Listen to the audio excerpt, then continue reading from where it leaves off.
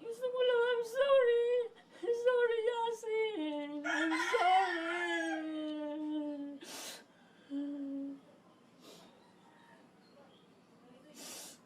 I'm sorry, Yas. Hindi na siya makapagsalita kung anong nangyari sa kanya. Hindi na siya makapagsumbong sa akin. Wala na. Wala na. Gusto kong, kagabi nga gusto ko mapanaginipan siya. Ayaw nga natulog. Pero hindi ako nakakatulog. Gusto ko pumakulong yung mga guardian, yung mga bata na yun, yung mga may-ari ng baril.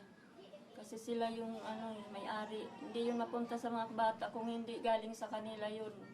Hindi nila niligpit ng maayos yung baril na yun. Siguro lahat na lang sila makulong.